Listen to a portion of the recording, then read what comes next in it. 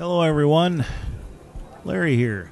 Just kind of doing a video, especially for the class of 82 in Albert Lea, for our Facebook page. I know many of you are out of the area. Just thought I'd show you what it looks like today in Albert Lea, Minnesota here with the blizzard going on.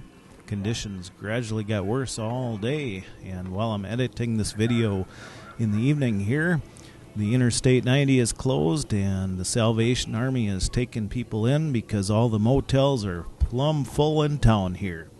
So hope it's a little nicer where you're at. This is a view of Albert Lea today.